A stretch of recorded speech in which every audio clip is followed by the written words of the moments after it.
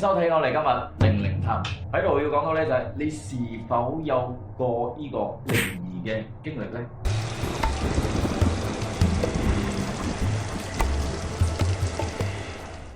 好啦，首先我哋馬上有請到我哋今日嘅特別嘉賓 Kenny Lim 嚟到我哋鏡頭前面。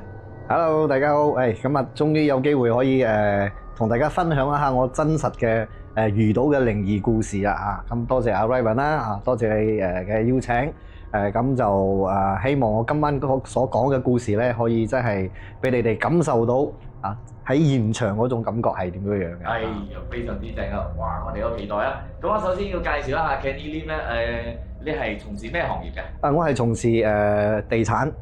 房地產係嘅，地產即係買賣房屋地咁樣噶啦。係啦，啱。邊間公司啊？Gather Properties。Gather Properties 啊，咁大家要有興趣要買地產嘅房屋啊，可以揾 Kenny Lim。係可以揾我。好啦，我哋要進入呢個，馬上進入呢個故事噶啦。聽講我想知道你最深刻印象嘅呢個靈異嘅經歷係邊一單啊？可以講係我第二件遇到㗎啦嚇，因為點樣咁樣講咧？因為第二件咧就係喺新加坡工作嘅時候啦，向從廠工嘅時候啦。咁嗰陣時咧就值夜班啊嘛，咁夜班即係做完工啦，我哋新水新寒梗係沖完涼先㗎啦，沖完涼先搭車翻屋企咁樣啦。咁就嗰陣時一放工大概係3點幾，凌晨3點幾啦。哇，咁夜喎！我哋做夜班嘛，我哋有分2個 shift 嘅咁我當時係做夜班啦，咁我就做完工啦，打算去沖涼啦。咁喺我哋即係我哋做工嘅地方去沖涼房咧，係要擺一個 L shape 嘅彎先至可以去到我哋嘅沖涼房嘅。掟彎先。係啦，要掟彎嘅咁我哋行緊去嘅時候咧，就可以睇到女廁嘅門。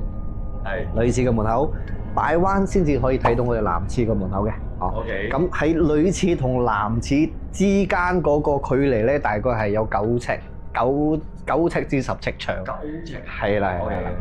咁當時咧，我係一剎那我大概係2秒鐘時間咧，係有一把好長、好大把嘅頭髮喺女廁。大把嘅頭髮。真係可以靠到晒成個牆壁，你話大把。嗰陣時係我好清楚咁睇到，因為接近2秒鐘嘅時間咧係好清晰嘅，好清晰，係由女廁嗰度咧，嗰把頭髮係由女廁嗰度咧就直接攝咗入去男廁嗰度嘅，我係睇住嗰入去嘅，由女廁係嗰度攝到去男廁，男廁係啦，佢唔係入女廁，佢係入男廁，係由女廁出嚟入男廁。你即係話呢個頭髮係點樣嘅形狀咧？貼住牆壁行啊，定係點樣嘅？係㗎，貼住牆壁行㗎，係打橫貼住牆壁行嗰種。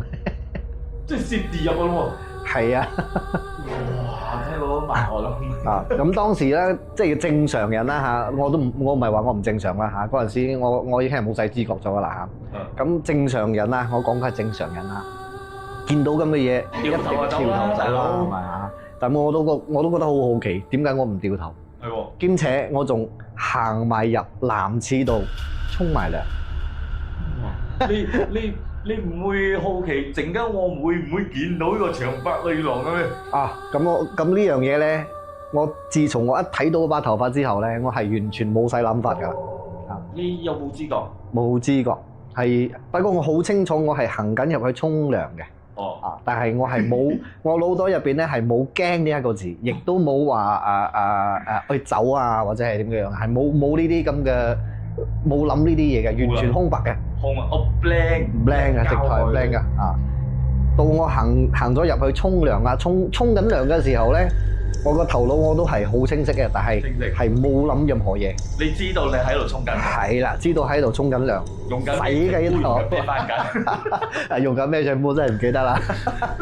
咁我真係記得自己喺度沖緊涼。咁沖完涼之後啦，咁都會抹乾晒啲身體啦。咁我着埋衫，咁着埋衫之後咧就行出個廁所啦。一踏出我一隻腳踏出個廁所嘅時候咧，咁我成個人醒晒。咦？我會問我自己，點解我仲會行入去沖涼？即係踏出門口嗰一刻，廁所門口嗰一刻你就醒咗突然間。係啦，啱啦。我就點解我會行入去沖涼啊？咁我就自己都好驚㗎，嗰時自己都真係開始驚啦。我嗰一刻你先開始驚。係嗰一刻先開始驚，跟住我就走翻去自己嘅崗位度啦，咁我攞埋我啲 bag 啦，咁我走翻去到咗我嘅工作嗰個崗位之後咧，咁我嘅頭手咧就做緊工啊嘛，咁佢就見到我喎，咁見到我做咩面青口唇白，我亦都發覺你面青。係啦，面青口唇白，咁問我你做咩事喎？因為當時我唔敢講啊嘛。咁如果我講咗之後，我相信有好多，我相信好多人都應該係唔敢去廁所沖涼㗎嘛。會好恐怖。係啦，到時我又唔想咁樣嘛。我仲知道自己做緊乜嘢嘅，所以我當時我都冇講，直至到我離開呢間公司，我先同佢哋講。